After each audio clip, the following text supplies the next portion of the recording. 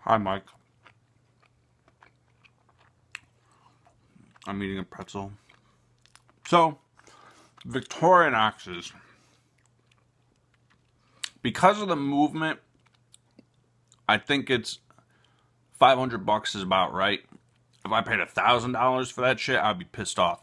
Because it's fucking Victorinox. Like, with a weird, like, I don't like that gunmetal black, but it's not black. Like, it's just a weird material. It's alright. They'll sell. Fucking people think Victorinox is good. Ooh, it's Swiss Army. The fucking Swiss don't even have an army.